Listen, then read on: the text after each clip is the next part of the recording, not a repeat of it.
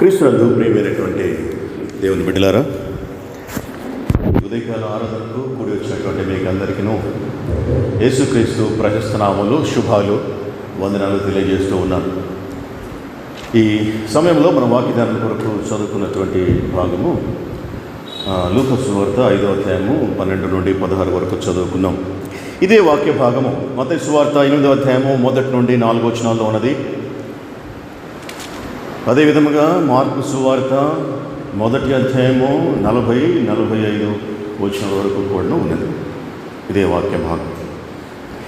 ఈ వాక్య భాగంలో లేఖనము చెప్పేటువంటి అంశము ఒకే అంశం. ఒక కుష్ఠవ్యాధిగ్రస్తుడు యేసు ప్రభు దగ్గరికి వచ్చి బాగుపడిన సందర్భాన్ని తెలియజేస్తూ ఉంది. ఒక కుష్ఠవ్యాధిగ్రస్తుడు. కుష్ఠవ్యాధి అనేటువంటిది మనము దాని గురించి కొంత ఆలోచన చేసినట్లయితే ఆ కాలమందు ఈ కాలమందు కూడాను అదొక భయంకరమైనటువంటి వ్యాధి అని మాత్రం మనకు తెలుసు. అయితే ఈ దినంలో దానికి రెమెడీ ఉన్నది, ట్రీట్మెంట్ ఉన్నది. అయితే అప్పుడు యేసు ప్రభు ఉన్నటువంటి ఈ లోకంలో నరావతారిగా ఉన్నటువంటి దినములలో ట్రీట్మెంట్ లేదు. దాదాపు కుష్ఠవ్యాధి వస్తే కొన్ని సంవత్సరంలో మనిషిని బాధించి చంపుతుంది. భయంకరమైనటువంటి చావు మామూలుగా కూడా ఉండదు. ఆ చావు అతి హీనమైన, అసహ్యకరమైనటువంటి, బహిష్కరించబడినటువంటి బాధాకరమైనటువంటి చావు. కుష్ఠవ్యాధి రోగము, వ్యాధి అని మనము అనుకుంటున్నాము. సరే, అది నిజం కూడా. కుష్ఠవ్యాధి రోగమైనప్పుడు, వ్యాధి అయినప్పుడు, కుష్ఠవ్యాధి నుండి బాగుపడినప్పుడు ఏమనాలి? కుష్ఠవ్యాధి నుండి స్వస్థత పొందుకున్నాము లేదా స్వస్థత దొరికింది అనాలి. రోగమైనప్పుడు, వ్యాధి అయినప్పుడు ప్రభువు చాలాసార్లు బాగు చేశాడు. కుష్ఠవ్యాధిగ్రస్తుల్ని సందర్భాలు ఉన్నాయి. బాగు చేయబడినప్పుడు వారు గురించి రాయబడినటువంటి అంశం ఏంటంటే కుష్ఠవ్యాధిగ్రస్తుడు స్వస్థపడెను అని ఉండాలి. అంతే కదా? వ్యాధి అన్నప్పుడు స్వస్థత అనేటువంటి మాట బాగుపడినప్పుడు ఉండాలి. కానీ అక్కడ లేదు. అక్కడే కాదు, అనేక సందర్భాల్లో కుష్ఠవ్యాధి గురించి ప్రస్తావించినప్పుడల్లా, అనగా బాగుపడినప్పుడల్లా, కుష్ఠవ్యాధి ప్రభువు స్వస్థపరిచినప్పుడల్లా, ప్రభువు స్వస్థపరిచాడు, ప్రభువు నుండి నేను స్వస్థతను అందుకున్నాను, ప్రభువు నన్ను బాగు చేశాడు అనేటువంటి మాట కనబడదు. మరి ఏం కనబడుతుంది? మరి ఏమని రాయబడి ఉంటుంది? మనం చదువుకున్నటువంటి వాక్య భాగమునే పరిశీలన చేస్తే అక్కడ చూస్తే 12వ వచనంలో ప్రభువా ఏమంటాడు ఆయన? నీకు ఇష్టమైతే నన్ను శుద్ధినిగా చేయగలవు. అంతే కదా రాయబడింది. నీకు ఇష్టమైతే నన్ను బాగు చేయి అనలే. నీకు ఇష్టమైతే నన్ను స్వస్థపరచు అనలే. నీకు ఇష్టమైతే నన్ను శుద్ధునిగా చెయ్యి అని అడుగుతున్నాడు. యేసు ప్రభు కూడా దానికి సమాధానం ఏం చెప్తున్నాడు? నాకు ఇష్టమే, నువ్వు బాగుపడు, నువ్వు స్వస్థపడు అనలే. నాకు ఇష్టమే, నీవు శుద్ధుడవు కమ్ము. ఇదేంటిది అంటే ఇక్కడ ఒక్క దగ్గర మాత్రమే ఈ విధంగా రాయబడిందా? లేకుంటే కుష్ఠరోగము అన్నప్పుడల్లా అదే విధమైనటువంటి మాట రాయబడిందా? నన్ను బాగు చెయ్యి అని అడగలేదు. అతడు నన్ను స్వస్థపరచు అని ప్రభువును అడగలేదు. ప్రభువు కూడాను నేను పరుస్తున్నాను లేదు, నువ్వు స్వస్థపడు అనలేదు. శుద్ధుడు కమ్ము అనేటువంటి మాట మాత్రమే మనకి ఇక్కడ కనబడుతుంది. కొన్ని ఉదాహరణలు మనం ఇంకనూ బైబిల్ గ్రంథంలో గమనించినట్లయితే గబగబా చూస్తే లూకా సువార్త 4వ అధ్యాయం 27వ వచనంలో ఒక మాట యేసు ప్రభు పాత నిబంధన గ్రంథం నుండి కోటేట్ చేస్తాడు.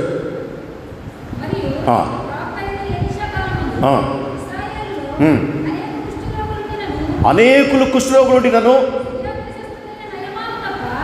సిరియా దేశస్థుడైన నయమాను తప్ప మరి ఎవడును శుద్ధి నొందలేదు అని నేను మీతో నిశ్చయంగా చెప్తున్నాను. మరి ఎవడును స్వస్థపడలేదు అనలే, మరి ఎవడును బాగుపడలేదు అని అనలే యేసు ప్రభు. ఇశ్రాయేలు దేశంలో చాలామంది కుష్ఠరోగులు ఉన్నప్పటికీ కూడాను వారిలో సిరియా దేశస్థుడైన నయమాను ఒక్కడే శుద్ధి నొందెను అని రాయబడింది. మిగతా ఎవరు శుద్ధి నొందలేదు అని రాయబడింది. మరొకటి లూకా 7:22 యేసు ప్రభు యోహాను బాప్తిస్మమిచ్చే యోహాను చెరసాల్లో వేయబడి ఉంటాడు. ఆ సమయంలో అప్పుడు చెరసాల్లో వేయబడి ఉన్నటువంటి యోహానుకు డౌట్ వస్తుంది. యేసు ప్రభు అనగా మెస్సయ్య ఈయనేనా, లేకుంటే ఇంకొక ఆయన ఉన్నాడా, ఇంకొక ఆయన కొరకు మేము ఎదురు చూడాలన్నా? ఆయనకున్నటువంటి ఫ్రస్ట్రేషన్, డిప్రెషన్ వల్ల జైల్లో ఉన్నందువలన ఆయన మామూలు మనిషిగా ఆలోచిస్తూ తన శిష్యుల్ని ప్రభు దగ్గరికి పంపించాడు. ఏమని?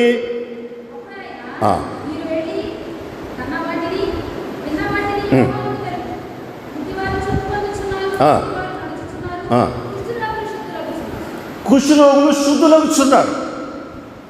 యేసుప్రభు దగ్గరికి యోహాను శిష్యులు వచ్చి, అయ్యా మమ్మల్ని పంపించాడు యోహాను, మేము ఎదురు చూచువాడు నీవేనా, లేకపోతే ఇంకొకటి కొరకు మేము ఎదురు చూడాలనా అని చెప్పి మమ్మల్ని అడగ పంపించాడు యోహాను అని అడిగినప్పుడు యేసు ప్రభు ఇచ్చినటువంటి సమాధానం ఏంటంటే, గుడ్డివారు చూపు పొందుతున్నారు, కుంటివారు నడుస్తున్నారు, కుష్ఠరోగులు స్వస్థపడుచున్నారు అనలే, శుద్ధులగుచున్నారు.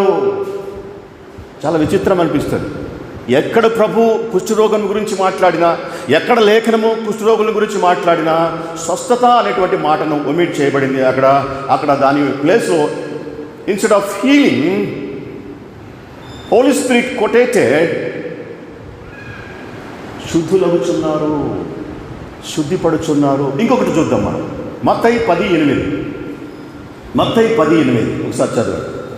యేసు ప్రభు తన శిష్యులని కమిషన్ కోసం పంపిస్తూ బయటికి, అంటే సువార్త పరిచర్య చేయుటకు అందరినీ తన శిష్యుల్ని బయటికి పంపిస్తూ చెప్పినటువంటి మాట చదవండి. రోగులను స్వస్థపరచుడి, చనిపోయిన వారిని లేపుడి, కుష్ఠరోగులను శుద్ధులనుగా చేయుడి. ఇప్పుడు రోగులను స్వస్థపరచుడి అన్నప్పుడు కుష్ఠరోగము రోగమే కదా. కుష్ఠరోగం రోగమైనప్పుడు మరి రోగులను స్వస్థపరచుడి అన్న మాటలో కుష్ఠరోగం కూడాను ఉంటుంది కదా. ప్రత్యేకించి కుష్ఠరోగముల గురించి చెబుతూ కుష్ఠరోగులను శుద్ధులనుగా చేయుడి అనేటువంటి మాట ప్రభువు మాట్లాడుతున్నాడు. అంటే దీని అర్థం ఏంటిది? ఇది ఎందుకు అంట ప్రత్యేకంగా కుష్ఠరోగం గురించి ఆయన మాట్లాడుతున్నాడు? దాన్ని బాగు చేయండి, స్వస్థపరచడం అనకుండా శుద్ధులను చేయండి అని అంటున్నాడు. కుష్ఠవ్యాధి రోగమైతే స్వస్థత నొందాలి, కానీ శుద్ధి చేయబడడం ఎందుకు? మరి ఇతర రోగాలకు మరి ఆ మాటను వాడటం లేదు ఎందుకు? శుద్ధి అనేటువంటి మాటను మాత్రమే బైబిల్ గ్రంథం ఈ కుష్ఠవ్యాధి గురించి, స్వస్థతను గురించి మాట్లాడుతున్నది ఎందుకు? మంచివారు అనేటువంటి మాటకు వ్యతిరేక పదం ఏంటిది? చెడ్డవారు. మంచివారు వ్యతిరేక పదం చెడ్డవారు. గొప్పవారు వ్యతిరేక పదం పేదవారు. పెద్దవారు వ్యతిరేక పదం చిన్నవారు. పరిశుద్ధులు వ్యతిరేక పదం పాపులు. అపవిత్రులు, అపరిశుద్ధులు అని కూడా అనొచ్చు, కానీ బైబిల్లో చెప్పబడినటువంటి మాట. ఇందాక ఫస్ట్ మనము అన్ని కాలములను యెహోవా అనేటువంటి పాట పాడాం. భూరిశుద్ధుడవీవు పాపి నేను. నువ్వేమో పరిశుద్ధుడవు, నేను పాపిని అని దాని అర్థం. అంటే పరిశుద్ధుడు అనేటువంటి మాటకు వ్యతిరేక పదం పాపి. ఇప్పుడు కుష్ఠరోగము అనేటువంటిది శుద్ధి నొందవలసినటువంటి రోగము అని క్లియర్గా ఇక్కడ రాయబడుతూ ఉన్నది. పరిశుద్ధులు అనేటువంటి మాటకు పాపి అనేటువంటి మాట వ్యతిరేక పదమైనప్పుడు, పాపి అనేటువంటి మాటకు పరిశుద్ధులు అనేటువంటి మాట వ్యతిరేక పదము అవుతుంది. ఇప్పుడు ఈ కుష్ఠరోగము బాగు చేయబడాలని రాయబడలేదు. కుష్ఠరోగము శుద్ధి చేయబడాలి, శుద్ధులుగా మారాలి. యేసుక్రీస్తు కుష్ఠరోగులను శుద్ధులుగా శుద్ధి చేసెను అని చెప్పి రాయబడింది. ఆయన అడగడం కూడా, నీకు ఇష్టమైతే, if you are willing you can make me clean. చాలా విచిత్రంగా ఉంటుంది ఈ కుష్ఠవ్యాధి అనేటువంటిది. పాపము అని లేఖనము చెప్పకనే చెబుతుంది. కుష్ఠవ్యాధి అని ఎక్కడ లేఖనంలో ఉదహరించినప్పటికీ అది పాపాన్ని సూచిస్తుంది. పాపమునకు సాదృశ్యంగా కుష్ఠవ్యాధిని బైబిల్ గ్రంథంలో ఉదహరించబడింది, చెప్పబడింది. నీకిష్టమైతే నన్ను కడుగయ్యా, నీకిష్టమైతే నన్ను పవిత్రపరచు, నీకిష్టమైతే నన్ను శుద్ధి చెయ్యి అని అర్థం. ఆ కుష్ఠరోగి మాట్లాడినటువంటి మాటల్లో దావీదు కూడాను పాపం చేసినప్పుడు, దావీదు బెత్షెబాతో పాపం చేసినప్పుడు పాపం చేసి హ్యాపీగా ఉంటాడు. ఏమి చీమ కుట్టినట్టు కూడా లేకుండా ఎప్పటి వలె శనగలు దీన్ని నోరు దుర్చుకున్నాడు అని అంటారు ఒక సామెత. అంటే ఏం ఎరగనట్టుగా ఉన్నాడు అని అర్థం. ఏమి ఎరగనట్టుగా మామూలుగా ఉన్నాడు, భయంకరమైన పాపం చేసి దావీదు. అటువంటి సందర్భాలు కూడా వస్తాయి.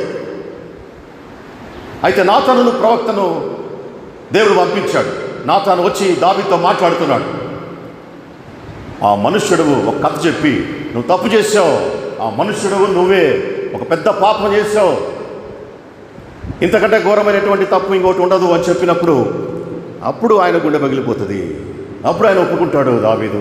అప్పుడు 51వ కీర్తన రాస్తూ అన్నటువంటి మాటను మనం పరిశీలన చేస్తే 51వ కీర్తన 2వ వచనం ఒకసారి చదవండి. 51వ కీర్తన 2వ వచనం. దావీదు మహారాజు పాపము చేసి నాతాను చేత గద్దించబడి మనస్సాక్షి చేత గుచ్చబడి పలికినటువంటి మాట ఏమంటాడు? 51:2లో నా దోషము పోవునట్లు నన్ను బాగుగా కడుగుము, నా పాపము పోవునట్లు నన్ను పవిత్రపరచుము. ఇది దావీదు మహారాజు దేవుడి సన్నిధిలో దేవుడికి చేసినటువంటి ప్రార్థన. నా దోషము పోవునట్లుగా నన్ను కడుగు. దీనికి కుష్ఠవ్యాధికి పెద్ద తేడాగా కనబడుతున్నట్లుగా మనకు అనిపించదు. కుష్ఠవ్యాధిని శుద్ధి చేయాలి అని అన్నప్పుడు పాపాన్ని కూడాను శుద్ధి చేయాలి. Make me clean. If you are willing, make me clean. నన్ను శుద్ధి చేయి, నన్ను కడుగు, నన్ను నా పాపము పోవునట్లుగా నన్ను శుద్ధి చేయి, పవిత్రపరచు. ఇది దావీదు మహారాజు చేసినటువంటి ప్రార్థన. దేంతో కడుగుతాడు దేవుడు? దేంతో కడుగుతాడు దేవుడు? శుద్ధి దేంతో చేస్తాడు? 1 యోహాను పత్రిక 1వ అధ్యాయం 7వ వచనంలో ఆ ప్రశ్నకు సమాధానం ఉంది. దేనితోటి దేవుడు మన పాపాలను శుద్ధి చేస్తాడు? దేనితోటి దేవుడు మన యొక్క కుష్ఠవ్యాధిని శుద్ధి చేస్తాడు, కడుగుతాడు, పవిత్రపరుస్తాడు అంటే 1 యోహాను పత్రిక 1వ అధ్యాయం 7వ వచనం. యేసు రక్తము అనే దగ్గర నుంచి, యేసు రక్తము ప్రతి పాపము నుండి మనలను పవిత్రులుగా చేయను. ఏ విధంగా ఒకడు శుద్ధి చేయబడతాడు, ఏ విధంగా ఒకడు పవిత్రపరచబడతాడు, ఏ విధముగా ఒకడు కడగబడతాడు అంటే యేసు రక్తము ద్వారా, యేసు రక్తము ద్వారా ఒకడు శుద్ధి చేయబడతాడు, కడగబడతాడు. పాపము ఆయన రక్తము ద్వారానే కళంకములన్నిటినీ కడిగి వేస్తుంది. ఎటువంటి కుష్ఠవ్యాధి అయినప్పటికీ కూడాను శుద్ధి చేస్తుంది యేసు రక్తము. అందుకే దయ్యాలు పట్టిన వాళ్ళు ఎప్పుడైనా గమనించండి, జీవితంలో ఎదురైతే దయ్యాలు పట్టిన వాళ్ళు అన్ని మాటలు మాట్లాడతారు. మనం చెప్పమన్న ప్రతి మాట వారు చెప్తారు, కానీ యేసు రక్తమే జయం అని చెప్పమని చెప్పండి, చెప్తారేమో. యేసు రక్తమే జయం అనేటువంటి మాట దయ్యం పట్టిన వాళ్ళ నోట రానే రాదు. వాళ్ళు పలకలేరు. ఆ మాట వినటానే దయ్యానికి ఏం గుర్తొస్తుంది అనగా, సాతానుకి, అపవాదికి ఏం గుర్తొస్తుంది? సిలువ గుర్తొస్తుంది. సిలువ గుర్తు రాగానే వారికి అపజయం గుర్తొస్తుంది, ఓటమి గుర్తొస్తుంది. సిలువ పైన యేసు ప్రభు ఓటమి సాతానుకి ఇచ్చాడు, ఓడించాడు. కాబట్టి ఆ ఓటమిని తట్టుకోలేక సాతాను సిగ్గుపడి ఆ మాట పలకలేదు. భయం. యేసు రక్తం అంటే భయం. యేసు రక్తం మాత్రమే ఒక పాపిని పరిశుద్ధునిగా చేస్తుంది. యేసు రక్తము లేనటువంటి క్రైస్తవ్యము లేనే లేదు. యేసు రక్తము లేనటువంటి మోక్షము లేనే లేదు. అందుకే ఆయన నరావతారిగా వచ్చాడు, రక్తము చిందించడానికి నరావతారిగా వచ్చాడు. యేసు రక్తము ఒక పాపిని, ఒక కుష్ఠవ్యాధిగ్రస్తుని శుద్ధి చేస్తుంది, పవిత్ర పరుస్తుంది అని చెప్పి మనము జ్ఞాపకం చేసుకోవాలి. అంటే ఇప్పుడు కుష్ఠవ్యాధి అంటే ఏమని మనకు అర్థమైంది? కుష్ఠవ్యాధి అనగా పాపము, పాపానికి సాదృశ్యముగా కుష్ఠవ్యాధిని గురించి బైబిల్ గ్రంథంలో పరిశుద్ధాత్మ దేవుడు రాయించి వచ్చాడు. పాపానికి సాదృశ్యంగా కుష్ఠవ్యాధి ఉన్నది. ఇంకా కుష్ఠవ్యాధి గురించి మనం ఆలోచన చేస్తే కుష్ఠవ్యాధి శాపమునకు గుర్తుగా ఉంది. మొదటిదేమో పాపమునకు గుర్తుగా ఉంది, రెండవది శాపమునకు గుర్తుగా ఉంది కుష్ఠవ్యాధి. మనం లేఖనములను పరిశీలన చేసినట్లయితే మోషేకు విరుద్ధంగా వారి యొక్క సహోదరి మిర్యాము, ఆయన సహోదరుడు అహరోను మాట్లాడతారు. ఏమని మాట్లాడతారు అనగా, మోషేతోనే మాత్రమే దేవుడు మాట్లాడతాడా? మాతో మాట్లాడా? ఆయనకే ఏమన్నా పెద్దోడా? మేము పెద్దోళ్ళం కాదా వయసులో? ఆయనతోనే మాత్రం ఎందుకు మాట్లాడతాడు దేవుడు? మాతో కూడా మాట్లాడతాడు. మమ్మల్ని కూడాను ఆయన పిలిచాడు. ఈ కమిషన్లో మాకు కూడా పాల్పంపులు ఉన్నాయి. ఆయన ఒక్కడే పెద్దోడా? ఆయనకు మాత్రమే ఎందుకు అంత గౌరవం? ఈ మాట్లాడినారు. మనం ఒకసారి చూస్తే సంఖ్యాకాండం 12 అధ్యాయం మనం ఒకసారి గమనించినట్లయితే సంఖ్యాకాండం 12వ అధ్యాయం 1వ వచనం నుండి చూస్తే, చదవండి అమ్మా. 2వ వచనం చదవండి. ఎందుకు 12:2? వారు మోషే చేత మాత్రమే యెహోవా పలికించిన ఆయన మా చేతను పలికిప్పలేదా అని చెప్పుకున్నారు. ఎవరెవరు? మిర్యాము, అహరోనులు. మోషే ద్వారానే దేవుడు మాట్లాడతాడా? మాతో మాట్లాడా? అందుకే అంటే వారు పెద్దోళ్ళే కావచ్చు, మిర్యాము కూడా పెద్ద కావచ్చు, కానీ పిలిచింది ఎవరిని? దేవుడు మోషేని పిలిచాడు. మోషేకి హెల్ప్ చేయమని చెప్పేసి అహరోనుకి చెప్పారు. కానీ వాళ్ళు అక్కడ దైవజనుడికి వ్యతిరేకంగా మాట్లాడారు. దైవజనుడికి ఎప్పుడైతే వ్యతిరేకంగా మాట్లాడారో అక్కడ దేవుని కోపం వచ్చింది. అప్పుడు దేవుడు ఏమన్నాడు? ఆ మాట యెహోవా వినెను. భూమి మీద ఉన్న వారందరిలో మిక్కిలి సాత్వికుడు మోషే. కాబట్టి మీరు ఆయనకు వ్యతిరేకంగా మాట్లాడారు కాబట్టి మీరు ఎక్కడికి రావాలి? ప్రత్యక్ష గుడారం దగ్గరికి రాండి, నేను మీతో మాట్లాడాలి. ప్రత్యక్ష గుడారం దగ్గరికి రాండి, నేను మీతో మాట్లాడాలి అని చెప్పి దేవుడు వారిని పిలిచాడు. ఎవరిని? అహరోనును మిర్యామును పిలిచినప్పుడు వారు ప్రత్యక్ష గుడారం దగ్గరికి వచ్చి దేవుని సన్నిధిలో వారు నిలబడినప్పుడు దేవుడు చెప్పినటువంటి మాట, నేను ఇతరులతో అయితే గూఢభావములతో మాట్లాడతాను, నేను ఇతరులతో అయితే దర్శనమిచ్చి కలలో మాట్లాడతాను. అయితే నా సేవకుడైనటువంటి మోషే అటివాడు కాడు. నేను అతనితో ఎట్లా మాట్లాడతానంటున్నాడు? ముఖాముఖిగా అతనితో నేను మాట్లాడుతును. అతను యెహోవా స్వరూపును నిదానించి చూచును. కాబట్టి నా సేవకుడైన మోషే విరోధముగా మీరు మాట్లాడుట నా కోపం తెప్పించింది. కాబట్టి నా సన్నిధిలో నుండి మీకు శాపము బయలుదేరి మిమ్మల్ని తాకుతుంది. దేవుడు ఇచ్చినటువంటి శాపం. దాన్ని మనము గమనించినట్లయితే 10వ వచనం చదవండి.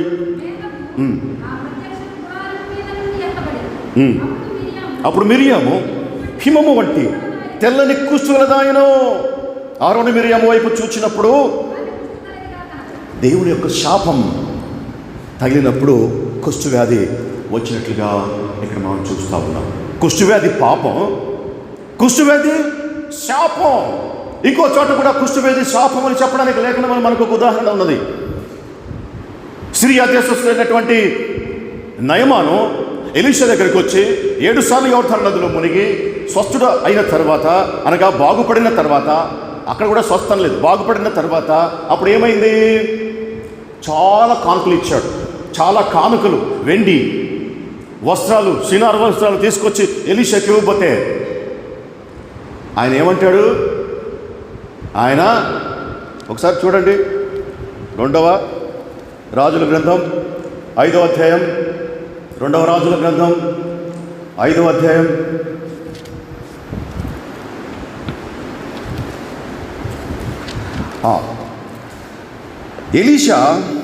16వ వచనం చదవండి. ఎవరి సన్నిధిని నేను నిలబడి ఉన్నానో, ఇశ్రాయేలు దేవుడే నా యెహోవా జీవము తోడు, నేనేమీ తీసుకొనను అని చెప్పాను. నేనేమీ తీసుకోను. యెహోవా జీవము తోడు. తీసుకోలేదు, తీసుకోకూడదు. ఎందుకు తీసుకోకూడదు? తీసుకోవచ్చు. ఏదన్నా చిన్న చిన్న గిఫ్ట్ అయితే తీసుకోవచ్చు. ఒక పూట భోజనం అయితే ప్రాబ్లం లేదు. ఎలీషాకు షూనేమీరాలు ఒక చిన్న రూమ్ కట్టించి ఆయనకు భోజనం పెట్టించుకోవచ్చు, తినొచ్చు. చిన్న చిన్నగా గిఫ్ట్స్ ఇస్తే తీసుకోవచ్చు. అయితే గొప్ప గొప్ప కానుకలు దైవజనులు స్వీకరించకూడదు. లేఖనం చెప్పేటువంటి మాట, గొప్ప గొప్ప కానుకలు తీసుకోకూడదు. నేనేమి తీసుకున్నానో యెహోవా జీవము తోడు అంటున్నాడు. ఇవి తీసుకోవచ్చు. అయ్యా నేను స్వస్థనందాను, నేను కృతజ్ఞతగా ఇస్తున్నాను, సంతోషంగా ఇస్తున్నాను, నన్ను ఎవరు బలవంత పెట్టలేదు, దయచేసి తీసుకో. నేనేమీ తీసుకోను. కొందరు ఉన్నారు దౌర్భాగ్యులైనటువంటి దైవజనులు. ఆడి కారు ఇచ్చారు నాకు, నన్ను ప్రేమించి నా సంఘము ఆడి కారు ఇచ్చారు, 3 కోట్ల రూపాయల కారు. తీసుకోవచ్చా? సంఘం డబ్బులు ఎవరి? తాత సంపాదించాడా? సంఘం డబ్బులు మీ నాయన సంపాదించాడా? ఎవరి సంఘం డబ్బులు? కష్టపడి విశ్వాసులు తమ కష్టార్జితంలో నుంచి ఇచ్చినటువంటి డబ్బు. కొంటావా? కోట్ల రూపాయలు పెట్టి కొంటావా? ఎంత దుర్మార్గం! అటువంటి మినిస్టర్లు నిలబడవు. చూడండి, ఒకవేళ మీ లైఫ్ టైంలో ఎట్లా ఎదిగినాయో అట్లాగే పడిపోతే పేక మేడల్లాగా. గొప్ప గొప్ప కానుకలు తీసుకోకూడదు. తీసుకుంటే ఏమైంది? నా యజమానుడైనటువంటి గెహాజీ ఈ యొక్క వెండి బంగారంలో తీసుకున్నటకు మనసు లేకపోయాను, కాబట్టి నేను పరిగెత్తుకుంటూ వెళ్ళి ఆ యొక్క కానుకలను తీసుకుంటాను అని చెప్పి ఎలీషా శిష్యుడైనటువంటి ఆ గెహాజీ రథములు వెళుతూ ఉంటే పరిగెత్తుకుంటూ వెళ్ళి వారిని ఆపి వారి దగ్గర నుంచి కొన్ని మణుగుల వెండి తర్వాత వస్త్రాలను తీసుకొని ఏమీ తెలియనట్టుగా వచ్చి అవి ఇంట్లో పెట్టి కామ్గా కూర్చున్నాడు. ఎలీషా ఇంటికి వచ్చాడు. అప్పుడు ఎలీషా అడిగాడు, ఏమని అడిగాడు? ఎక్కడికి వెళ్ళావు గెహాజీ అంటే, నేను ఎక్కడికి వెళ్ళలేదు అన్నాడు. ఎక్కడికి వెళ్ళలేదు అంటే, నువ్వు చేసింది తప్పు. నేను తీసుకోలేనా? తీసుకోకూడదు. గొప్ప గొప్ప కానుకలు అది ఎవరిచ్చినా సరే, దైవజనుడు ఉన్నతమైనటువంటి కానుకలను ఆశింపరాదు, తీసుకోకూడదు. కానీ నువ్వు తీసుకున్నావు కాబట్టి ఏమైంది? 27వ వచనం, 2 రాజుల గ్రంథం 5వ అధ్యాయం 27వ వచనం.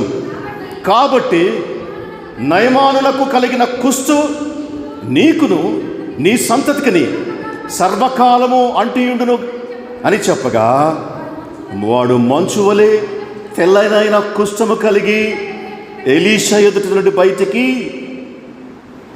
తీసుకున్నందువల్ల ఏమొచ్చింది? కుష్ఠరోగం వచ్చింది. అంటే ఎందుకు వచ్చింది కుష్ఠరోగం? శాపం వలన వచ్చింది కుష్ఠరోగం. అంటే కుష్ఠరోగం అంటే మొదట పాపం, రెండవదిగా శాపం. బైబిల్ గ్రంథంలో ఎక్కడ చూసినప్పటికీ కూడాను కుష్ఠరోగం పాపానికి సాదృశ్యంగా ఉంది, కుష్ఠరోగం శాపానికి సాదృశ్యంగా ఉన్నది. కాబట్టి నా శాపము నుండి నన్ను కడిగయ్యా, నా పాపమును శుద్ధి చేయయ్యా. అందుకే బైబిల్ గ్రంథంలో ఎక్కడ కూడా కుష్ఠ వ్యాధులను శుద్ధులుగా చేయడి అంటాడు. కుష్ఠ వ్యాధిని స్వస్థపరచుడి అని లేదు. పరిశుద్ధాత్మ దేవుడు మనకి ఇచ్చేటువంటి ఒక హింట్ ఇది, శుద్ధి చేయబడాలి. తర్వాత ఈ కుష్ఠ వ్యాధి గురించి ఒకసారి మనం ఎప్పుడో 5-6 years బ్యాక్ చెప్పుకున్నట్టు గుర్తు, అయినప్పటికీ కూడా మళ్ళీ మనం దాన్ని జ్ఞాపకం చేసుకోవాల్సినటువంటి ఆవశ్యకత ఉంది. ఈ కుష్ఠ వ్యాధి లక్షణాల గురించి, అది ఏం చేస్తుంది ఒక మనిషిని, కుష్ఠ వ్యాధి ఒక మనిషికి వచ్చినప్పుడు దాని యొక్క సిమ్టమ్స్ ఎట్లా ఉంటాయి. కుష్ఠు అంటే ఎప్పుడు కూడా పాపం అని బ్రాకెట్లో పెట్టుకోవాలి. కుష్ఠు పాపము. ఈ కుష్ఠ వ్యాధి వచ్చినప్పుడు మనిషికి ఉండేటువంటి లక్షణాలు, సిమ్టమ్స్ ఏంటివి అంటే అది ఎట్లా ప్రారంభం అవుతుంది అనగా, ఒక చిన్న మచ్చలాగా ప్రారంభమవుతుంది, ఒక చిన్న పొడలాగా మచ్చలాగా ప్రారంభమవుతుంది. ఎటువంటి నొప్పి ఉండదు, నొప్పి ఏమి ఉండదు కుష్ఠ వ్యాధి వచ్చినప్పుడు. అంటే ప్రారంభంలో బాధ ఉండదు. అంటే స్టార్ట్ అయినప్పుడు ఇది పుండులాగా స్టార్ట్ కాదు, చిన్నగా స్టార్ట్ అయ్యి శరీరం మొత్తం కూడా వ్యాపిస్తుంది. చిన్నగా ప్రారంభమవుతుంది, ఒక చిన్న మచ్చ, డాట్, స్పాట్ వస్తుంది, తెల్ల స్పాట్. ఆ స్పాట్ అది మొత్తం శరీరం మొత్తం కూడాను పాకిపోయి అవయవాలను తినేసేంతగా, కొరికి వేసేంతగా అది డెవలప్ అవుతుంది. అందుకే కుష్ఠ పాపం అని చెప్పి అనడం జరిగింది. పాపం కూడాను అంతే. మొదటగా ప్రారంభమైనప్పుడు ఏమనిపించదు. పాపం చేసేటప్పుడు ఇది పెద్ద తప్పు కాదులే, అందరూ చేస్తున్నారు కదా, నా ఫ్రెండ్స్ చేస్తున్నారు కదా, నా కలీగ్స్ చేస్తున్నారు కదా, ఇదేం పెద్ద తప్పు కాదు, ఇతర సంఘస్థులు చేస్తున్నారు కదా, క్రైస్తవులు కూడా చేస్తున్నారు కదా, మనం చేస్తే ఏమవుతుంది అనేటువంటి ఆలోచన చాలా లైట్గా తీసుకుంటాం. ఒక్కసారే కదా, ఒక్కసారి చేస్తే ఏమవుతుందిలే, ఒక్కసారి చేసి మానేద్దాం, ఇది ఎట్లా ఉంటుందో చూసి మానేద్దాం అనేటువంటి ఆలోచనతోటి చాలా సింపుల్గా లైట్గా తీసుకొని చాలామంది స్టార్ట్ చేస్తారు. పాపం ఒకసారి ఎంటర్ అయిపోయిన తర్వాత అది చిన్న స్పాట్గానే ఉంటుంది, పెద్ద నొప్పి ఏమి ఉండదు, పెద్ద బాధ ఏమి ఉండదు. ఏం లేదు, చిన్న పని, చిన్న తప్పే కదా. కానీ అది లోపల స్ప్రెడ్ అయిపోయి శరీరం మొత్తం పాకిపోతుంది, జీవితానికి అంతటికీ అంటుకుంటుంది. ఒక డ్రగ్ అడిక్ట్స్ అందరూ కూడాను సరదాగా స్టార్ట్ చేసినటువంటి వాళ్ళే. డ్రగ్స్ తీసుకునేటువంటి వాళ్ళు ఎట్లుంటుందో ఒకసారి చూద్దాం, వాళ్ళు అంటున్నారు కదా ఒకసారి ట్రై చేద్దామని చెప్పి ఒకసారి ట్రై చేసి ఆ మొత్తకి బానిసలైపోయేసి జీవితాన్ని పాడు చేసుకున్నటువంటి వారు, వారి జీవితాన్ని కాదు కుటుంబాలనే కాదు ఇతరులకు కూడా హానికరంగా మారినటువంటి వాళ్ళు డ్రగ్ అడిక్ట్స్ ఉన్నారు. ఇతరులకు సైతం, సమాజానికి సైతం సాంఘిక విద్రోహులుగా మారినటువంటి, అసాంఘిక శక్తులుగా మారినటువంటి వాళ్ళు ఉన్నారు. చిన్నగా ప్రారంభమై పాపము కూడా చిన్నగా ప్రారంభం అవుతుంది. అందుకే కుష్ఠవ్యాధి పాపం. సామెతల గ్రంథం 7వ అధ్యాయం 23వ వచనంలో రాయబడినటువంటి మాట ఏమనగా, తనకు ప్రాణహాని అని ఎరుగక ఊరి యొద్దకు పక్షి త్వరపడినట్లును వాని గుండెను అంబు అనగా బాణం చీల్చు వరకును దాని వెంట వాడు పోతాడు. పాపం చిన్నగా స్టార్ట్ అయినటువంటి వాడు ఏం కాదులే అనుకుంటూ ఇంకేముందిలే, ఏం కాదు అనుకుంటూనే ఉంటాడు. అయితే వాడు ఏం చేస్తాడంటే గుండెలో నుండి బాణము గుండెను చీల్చేంత వరకు పోతానే ఉంటాడు. అంటే వాడిని ఆ పాపం తీసుకొని పోతానే ఉంటుంది. అంత శక్తివంతమైనటువంటిది పాపం, అంత శక్తివంతమైనటువంటిది కుష్టు వ్యాధి. రెండవ లక్షణం సెల్ఫ్ ఎలినేషన్ అంటే బహిష్కరణ. సొంతగా తను తాను దూరపరుచుకుంటాడు. దేవుని దగ్గరికి అసలు రాడు. కుష్ఠవ్యాధి ఉన్నటువంటి వారు అందరి దగ్గరికి రావడానికి లేదు, దూరంగానే ఉండాలి. పాపము చేసేటువంటి వాడు ధైర్యంగా మనుషుల్లోనికి రాలేడు, ధైర్యంగా సంఘంలోనికి రాలేడు, ధైర్యంగా సమాజంలోకి రాలేడు. తను తాను దూరపరుచుకుంటాడు, పిలిచినా రాడు. సామాజిక జీవనాన్ని జీవించేటువంటి హక్కు కూడా కోల్పోతాడు కుష్ఠరోగి. అందుకే కుష్ఠరోగుల్ని ఊరి బయట దూరంగా పెట్టడం జరిగింది బైబిల్ గ్రంథంలో కూడాను. వాళ్ళు మనుషులోనికి రావటానికి వీలు లేదు. ఒకవేళ వాడు మనుషులోనికి రావాల్సి వస్తే ఏం చేయాలి? ఒకవేళ రావాల్సి వస్తే ఏం చేస్తాడు? లేవీకాండం 13వ అధ్యాయం 45-46 వచనాల్లో ఉంది. లేవీకాండం 13వ అధ్యాయం 45-46 ఇశ్రాయేలుకు దేవుడు ఇచ్చినటువంటి ఆజ్ఞల్లో కుష్ఠరోగి గురించి ఆయన ఇచ్చాడు. వాళ్ళు ఏం చేయాలంట? ఆ కుష్ఠరోగి వస్త్రములను చింపివేయను, వాడు తల విరబోసుకునకూడదు, వాడు తన పై పెదవి కప్పుకొని ఒకవేళ మనుషులోనికి రావాలంటే అపవిత్రుడను అని బిగ్గరగా పలకవలెను. ఆ పొడ వానికి కలిగిన దినములన్నీ వాడు అపవిత్రుడై ఉండును, వాడు అపవిత్రుడు కనుక ప్రత్యేకముగానే నివసింపవలెను, వాని నివాసము పాలెమునకు వెలుపల ఉండవలెను. వాడు దూరంగా బ్రతకాలి, మనుషుల్లోనికి రావడానికి వీలు లేదు.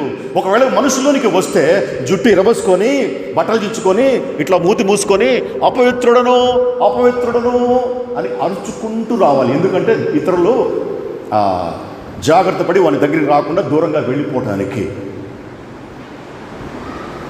పాపం చేసేటువంటి వారు కూడా అంతే, రాదు. రాయ్యా నాయన అంటే కూడా రాదు. దేవుని సన్నిధి రాయ్యా అంటే రాదు. దేవుని సన్నిధి అంటే భయమో లేకుంటే చాలా చులకననో తెలీదు అని ఉద్దేశం. దేవుని సన్నిధి రావడానికి ఇష్టం ఉండదు పాపం చేసేటువంటి వారికి. దూరంగా వారు ఉంటారు. అందుకే యోహాను రాసినటువంటి సువార్త 19:23వ అధ్యాయం 19-20 విషయంలో ఉంది. యోహాను 3వ అధ్యాయం 19-20లో వెలుగు లోకంలోనికి వచ్చిన కానీ తమ క్రియలు చెడ్డమైనందున మనుషులు వెలుగును ప్రేమింపక చీకటినే ప్రేమించిరి. దుష్కార్యము చేయి ప్రతివాడు వెలుగును ద్వేషించును, తన క్రియలు దుష్క్రియలుగా కనపడకుండానట్లు వెలుగు యొద్దకు రాడు. పాపం చేసేటువంటి వాడు వెలుగునొద్దకు రాడు.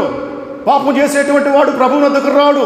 ఎందుకంటే ప్రభువునొద్దకు వస్తే ప్రభు యొద్ద వెలుగు ఉంటుంది. ఆ వెలుగులో తమ పాపాలు కనబడతాయని చెప్పి భయం. అందుకే ప్రభువునొద్దకు రావడానికి ఇష్టం ఉండదు మనిషికి, పాపం చేసేటువంటి మనిషికి. కుష్ఠవ్యాధి గ్రస్తుల వలె దూరంగా వారు ఉంటారు. మూడవ అంశం, కుష్ఠవ్యాధి ఉన్నప్పుడు కలిగేటువంటి లక్షణాలను మనం చూస్తూ ఉన్నాం. రెండవ అంశం చూసాం. మూడవ అంశం, ఇది చాలా ప్రాముఖ్యమైనటువంటి అంశం. కుష్టు వ్యాధి వచ్చినటువంటి వారికి నొప్పి తెలియదు, నొప్పి ఉండదు, పెయిన్ ఉండదు, బాధ ఉండదు. ఆ గాయమైన చోట, లేకుంటే ఆ పొడ వచ్చిన చోట, ఆ కురుకుడు ఉన్న చోట ఎంత మాత్రమో కూడా నొప్పి బాధ ఉండదు. ఇప్పుడు మనము ముళ్ళు గుచ్చుకుంటే గబాలన అబ్బా అని చెప్పి ముళ్ళు తీసుకొని దానికి కావలసినటువంటి యాంటీసెప్టిక్ ఏదో వాడి దాన్ని మాన్పుకోవడానికి ప్రయత్నం చేస్తాం. అయితే అసలు ముళ్ళు గుచ్చుకున్నట్టే తెలియకపోతే ఎట్లుంటుందో ఆలోచించాడు. ముళ్ళు గుచ్చుకుంది తెలియదు, అట్లాగే ముళ్ళు లోపల ఉంది, నడుచుకుంటూ పోతున్నాం, వస్తున్నాం, తడుపుతున్నాం నీళ్ళల్లో, ఏమవుతుంది? సెప్టిక్ అయిపోతుంది, పస్సు వచ్చేస్తుంది, కాలంతా కూడాను చెడిపోతుంది. ఏమవుతుంది? కొంచెం కొంచెం కొంచెం కొంచెం కొంచెం కొంచెం మొత్తం కుళ్ళిపోతుంది. అంతే కదా? తెలియదు, అయినా తెలియదు. ఒక పక్క కుళ్ళిపోతున్నా కానీ నొప్పి తెలియదు, బాధ ఉండదు. నిప్పు తగిలింది అనుకోండి, కాలికి కాలింది, తెలియదు. బొబ్బు వచ్చింది, ఏమాత్రం తెలియదు. అప్పుడు ఏమవుతుంది?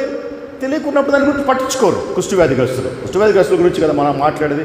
అందుకే వాళ్ళ కాళ్ళు, వాళ్ళ చేతులు చూడండి ఉండవు. ఎందుకు అంటే కారణం ఇదే. వాళ్ళు పట్టించుకోరు. ఎందుకు పట్టించుకోరంటే నొప్పి లేదు కాబట్టి చూసుకోరు. దానివల్ల కొంచెం కొంచెంగా అవయవాలన్నీ కూడాను పాడైపోతాయి, కొరుక్కుపోతాయి. ఈ నంబ్నెస్ అనేటువంటిది, ఈ మొద్దుబారటం అనేటువంటిది ముఖ్యంగా అవయవాలకు, చేతులు, కాళ్ళకి, ఆ తర్వాత కళ్ళకి, కనురెప్పలకి, చెవులకి, ముక్కుకి, పెదవులకి వస్తుంది. ముఖ్యంగా శరీరం మీద చేతులకి, కాళ్ళకి, చెవులకి, ఈ కనురెప్పలకి, ఈ బొమ్మలకి, ఈ ఐబ్రోస్కి, ఐలిడ్స్కి, ముక్కుకి నమ్నెస్ వచ్చేస్తుంది. అందుకే కళ్ళు రెప్పలు ఉండవు వాళ్ళకి. చూడండి, కళ్ళు రెప్పలు ఉండవు. కళ్ళు ఎందుకు పోతాయి తెలుసా? కళ్ళు కుష్ఠరోగికి ఎందుకు పోతాయంటే కంట్లో ఏదైనా పడితే మంట అవుతుంది మనకి. కళ్ళు మూసుకుంటాం, కంట్లో ఏదైనా పడితే చూడండి అంటాం, మందు వేసుకుంటాం. కానీ కంట్లో ఏదైనా పడితే వాళ్ళకి నొప్పి ఉండదు. కంట్లో ఏదైనా పడితే గుచ్చుకుంటే వాళ్ళకి నొప్పి ఉండదు. ఏం లేదని పోయి అనుకుని గమ్ము ఉంటారు. కానీ అది లోపల సెప్టిక్ అయిపోద్ది. కన్ను పోతుంది, రెప్పలన్నీ తినేస్తాయి, ఐబ్రోస్ అన్నీ తినేస్తాయి, చెవులు తినేస్తాయి, ముక్కు తినేస్తుంది. మొత్తం కూడాను ఆ బాధ. శరీరానికి దేవుడు బాధ ఒక వరంగా ఇచ్చాడు. పెయిన్ అనేటువంటిది గిఫ్ట్. పెయిన్ లేకపోతే మనకు జాగ్రత్త ఉండదు. పెయిన్ ద్వారానే మనం జాగ్రత్త పడతాం. శరీరాన్ని కాపాడుకోవడానికి ఆ నొప్పి మనకు తెలియజేస్తుంది. ఈ ప్రాంతంలో నీ శరీరము బాగలేదు కాబట్టి నువ్వు దానికి ట్రీట్మెంట్ తీసుకో అని చెప్పి వెంటనే సంకేతాలు అందిస్తుంది బ్రెయిన్కి. కాబట్టి మనం వెంటనే డాక్టర్ దగ్గరికి వెళ్ళి ఆ సెప్టిక్ అనేటువంటి దాన్ని తీసేస్తూ మందు వేస్తున్నాం. కానీ పెయిన్ లేకపోతే సెప్టిక్ అనే విషయమే అర్థం కాదు.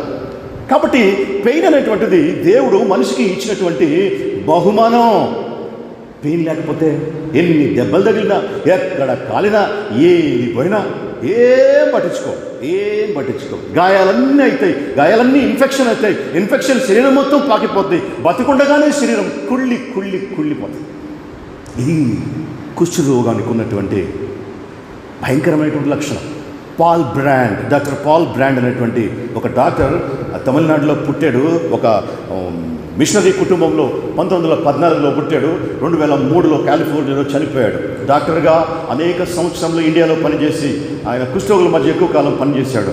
ఆయన కుష్ఠరోగుల మధ్య పనిచేసేటువంటి సమయంలో జరిగినటువంటి ఒక సంఘటన అదేమంటే, రాత్రి పండుకునేటప్పుడు కుష్ఠరోగులు పడుకునేటప్పుడు ఆయన పరిశీలించి పోయి విజిట్ చేసేవాడు కదా. రౌండ్స్కి వెళ్ళినప్పుడు కుష్ఠరోగుల కాళ్ళు, చేతులు బాగానే ఉండేవి.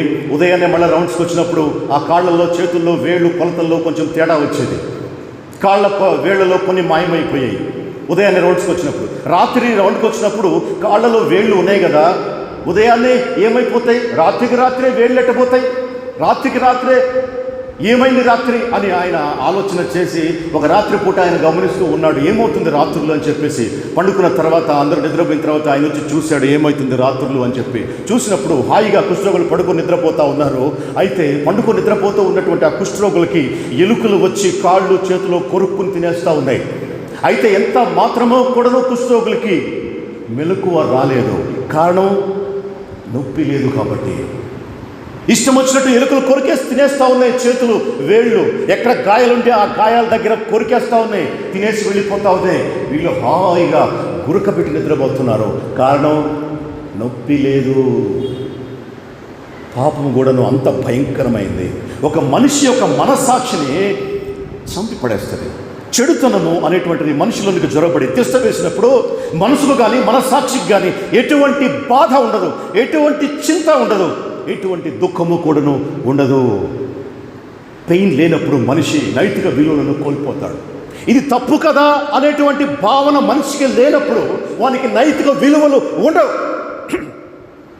తప్పు మీద తప్పు, తప్పు మీద తప్పు, తప్పు మీద తప్పు, పొరపాటు మీద పొరపాటు చేసుకుంటూ వెళ్ళిపోతున్నాడు. ఎందుకంటే మనస్సాక్షి అనేటువంటిది నొప్పినియదు, మనస్సాక్షి అనేటువంటిది గద్దించదు.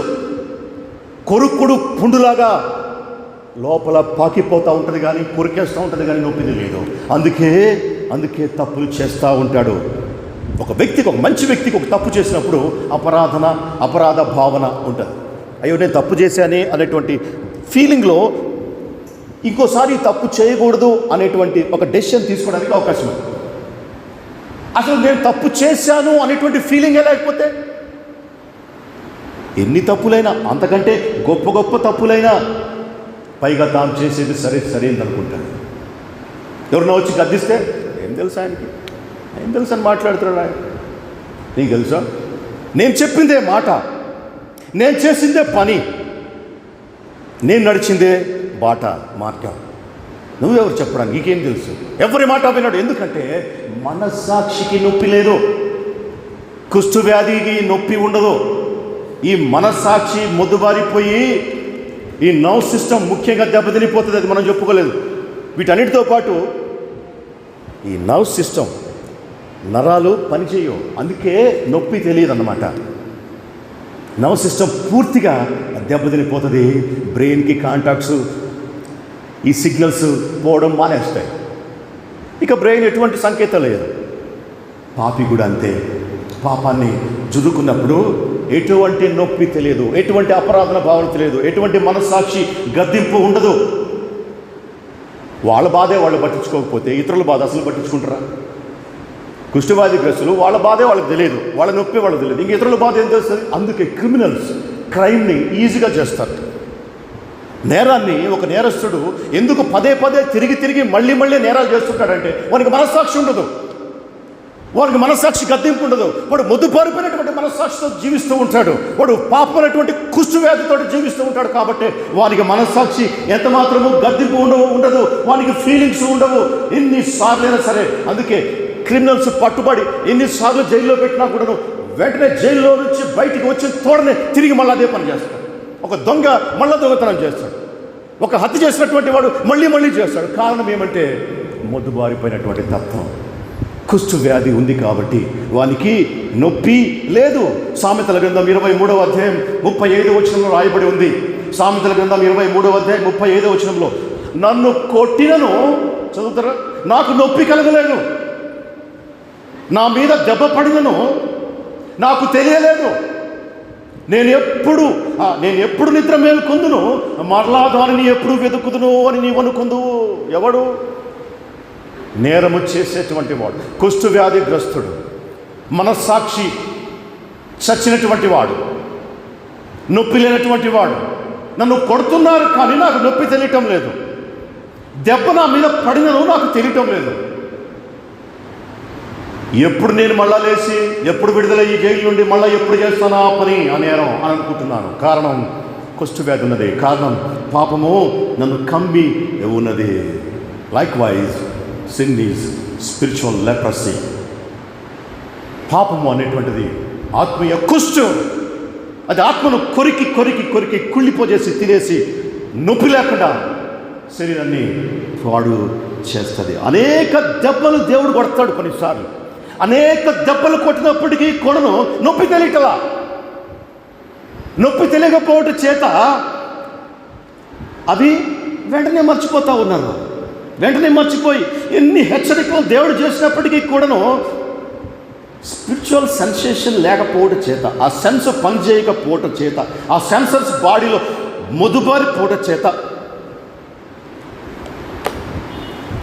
అదే స్థితిలో కొనసాగుతూ ఉండటం మనం చూస్తూ ఉంటాం. అదే స్థితిలో కొనసాగుతూ ఉంటాం. అది భయంకరమైనటువంటి అంశం కుష్టు వ్యాధిలో. నొప్పి లేనటువంటి స్థితి. నొప్పి లేనటువంటి స్థితి. మనస్సాక్షి లేకపోవడం చేత హృదయానికి చేరవేయవలసినటువంటి హెచ్చరికలు చేరవేయదు. హృదయం ఏమైపోద్ది అనగా రాతిగా మారిపోతుంది, రాతి నేలలాగా మారిపోతుంది. హృదయము మాంసపు హృదయముగా ఉండవలసినటువంటిది రాతి బండగా మారిపోతుంది. ఇకెంత మాత్రము స్పందన రాతి హృదయంలో ఉండదు. అది కుష్ఠవ్యాధి చేసేటువంటి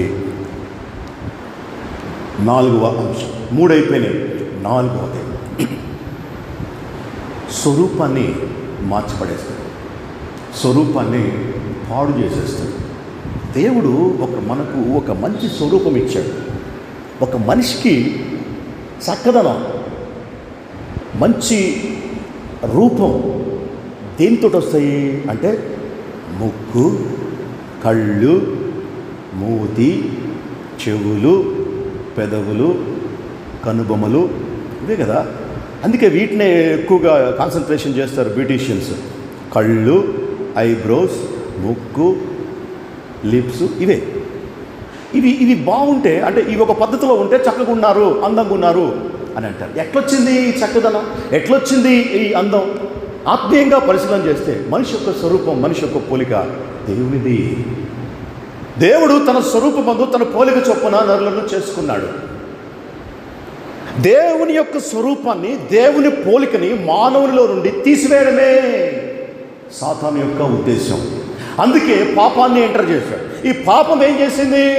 ఈ మానవుని యొక్క సొగసైన స్వరూపాన్ని, దేవుని యొక్క పోలికను తుడిచిపెట్టడానికి ప్రయత్నం చేస్తూ ఉంటారు. అందుకే కుష్ఠవ్యాధి వచ్చినటువంటి వారి కళ్ళు పోతాయి, రెప్పలు పోతాయి, ఐబ్రోస్ పోతాయి, ముక్కు కొరికేస్తుంది, మూతి, పెదాలు పోతాయి. అసహ్యంగా చూడడానికి భయం గొలిపేటువంటి వారిగా కనపడతారు. ఎంత భయానకంగా ఉంటారు కదా కుష్ఠవ్యాధిగ్రస్తులు. చూడడానికి వాళ్ళు అంతకుముందు మంచి స్వరూపంగా ఉండుంటుంది, చక్కని ముక్కు ఉంటుంది, చక్కని కళ్ళు ఉంటాయి, అంతే కదా. కానీ కుష్ఠవ్యాధి వచ్చిన తర్వాత ఏమైపోయింది? ఆ చక్కని ముక్కు లేదు, చక్కని కళ్ళు లేవు, పెదవులు లేవు, చెవులు లేదు, అన్నీ కూడా నువ్వు కొరికేసింది కుష్ఠవ్యాధి. ఎందుకంటే ఆ రూపం ఉండకూడదు, ఆ స్వరూపం ఉండకూడదు. పాపం అనేటువంటిది దేవుని స్వరూపాన్ని, దేవుని పోలికని నాశనం చేసేయాలి. దేవుని పోలికను ఎంత మాత్రమూ కూడాను ఉండడానికి వీల్లేదు.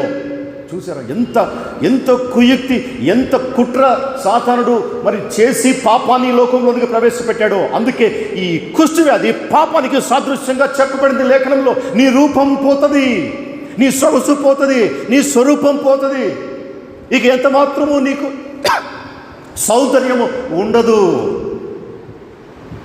శరీరానికి కుష్ఠవ్యాధి వస్తే శరీరం సౌందర్యం పోతుంది, ఆత్మకు కుష్ఠవ్యాధి వస్తే ఆత్మ సౌందర్యం పోతుంది. శరీరం సౌందర్యం ముఖ్యమా, ఆత్మీయ సౌందర్యం ముఖ్యమా దేవుని దృష్టిలో? శరీరం దేవుడు పై రూపాన్ని చూసేటువంటి దేవుడు కాదు, దేవుడు అంతరంగాన్ని చూసేటువంటి దేవుడు అని పలుమార్లు లేఖనంలో తెలియజేస్తూ ఉంది. దేవుడు ఆత్మను చూసినప్పుడు ఆత్మ కుష్టు బట్టి, కుళ్ళు బట్టి, ముక్కు లేక, కళ్ళు లేక అసహ్యంగా ఉంటే దేవుడు తీసుకుంటాడా? తీసుకోడు. అందుకే కడిగి తీసుకుంటా అంటున్నాడు. కడుగుతా, నా రక్తముతోటి నిన్ను కడిగి శుద్ధి చేసి పవిత్రపరిచిన తర్వాత తీసుకుంటా. అందుకే యెషయా గ్రంథం 1వ అధ్యాయంలో అంటాడు, రండి మన వివాదములు తీర్చుకుందాం. మీ పాపములు కెంపు వలె ఎర్రగా ఉండినప్పటికీ కూడాను వాటిని నేను తెల్లగా మార్చేస్తాను. రక్తం వలె ఎర్రగా ఉన్నప్పటికీ కూడాను దాన్ని నేను తెల్లగా, ఎట్లా? నా రక్తంతో కడుగుతాను.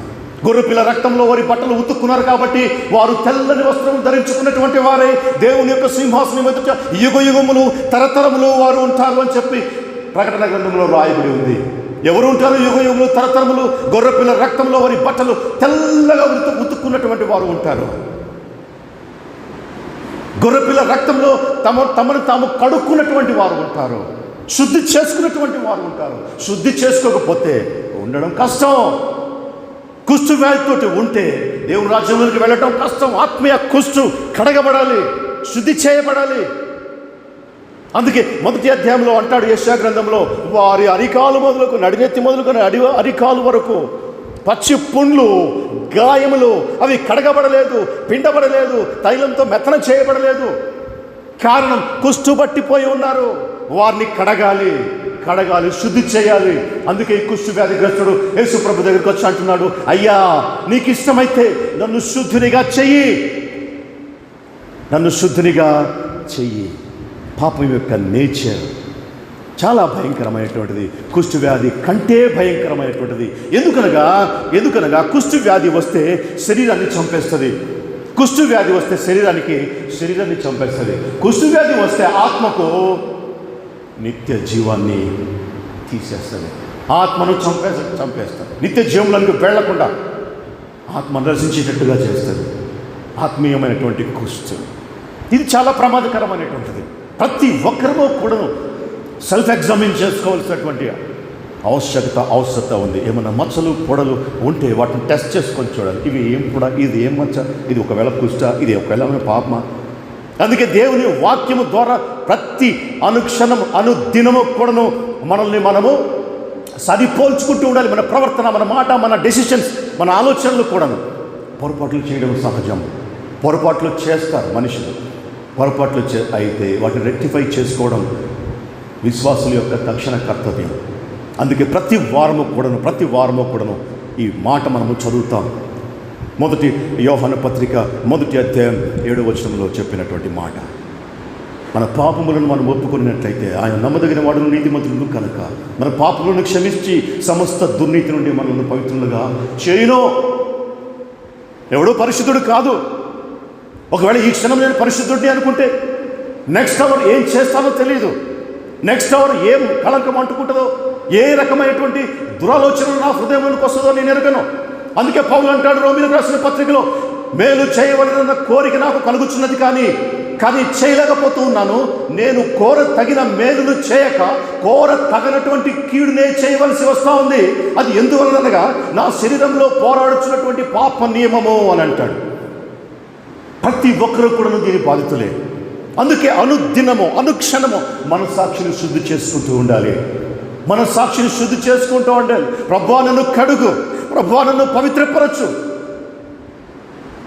అప్పుడు మాత్రమే విశ్వాస జీవితంలో మనము ముందుకు వెళ్ళగలం. ఈ కుష్టు వ్యాధిగ్రస్తుడు అడిగినట్లుగా, ప్రభువా నీకు ఇష్టమైతే నన్ను శుద్ధినిగా చేయి, నన్ను స్వస్థపరచు అని అడగలేదు. నన్ను బాగు చేయి అని అడగలేదు. నన్ను శుద్ధినిగా చేయి, నన్ను కడుగు, నన్ను క్లీన్ చేయి, మేక్ మీ క్లీన్. నన్ను శుద్ధినిగా చేయి. ఇది మనం అడగాల్సినటువంటి. ఈ విధంగా ప్రతి దినము ప్రతి అంశములోనూ దేవుణ్ణి అడుగుతూ శుద్ధి చేయబడుతూ ఈ విశ్వాస యాత్ర కొనసాగింపబడునుగాక. అట్టి కృప పరిశుద్ధాత్మ దేవుడు మనకందరికీ సమృద్ధిగా అనుగ్రహించి సంరక్షించునుగాక. ఆమేన్. ప్రార్థన చేసుకుందాం. కృప సత్య సంపూర్ణమైన మా పరమ తండ్రి, ఈ కృప కలిగిన నామమునకు స్తోత్రములు స్తుతులు చెల్లిస్తున్నాం తండ్రి. ఈ లోకంలో మేము జీవిస్తుండగా తండ్రి, మలినము, కళంకము, మచ్చ, డాగు, పుండు మరి ఆత్మీయ జీవితాన్ని ప్రభా ఆటంకపరచుకుంటులాగన, ఆత్మీయమైనటువంటి కుష్టు తండ్రి మాకు తగలకుండా ఉండలాగన మీ రక్తముతోటి మమ్మల్ని కడగమని వేడుకొనొచ్చు ఉన్నాం. ఎటువంటి కళంకం లేకుండా ఉండలాగిన ప్రతి దినము మీ గడప యొద్దకు వచ్చి మీ సిలువను ఎత్తుకొని తండ్రి నాయన ఆ రక్త ప్రోక్షణలో మేమందరము కూడాను శుద్ధి అవ్వనట్లుగా సహాయము చేయమని వేడుకొనొచ్చు.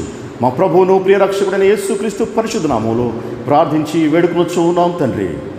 ఆమేన్. సమయంలో దేవుని పరిశుద్ధ నామమునకు మహిమ కలుగులాగిన 455వ నెంబర్ కీర్తన, యేసు స్వామి నీకు నేను నా సమస్తం ఇతరులైనటువంటి కీర్తన పాడుచుంటుండగా కానుకలు సేకరించబడతాయి.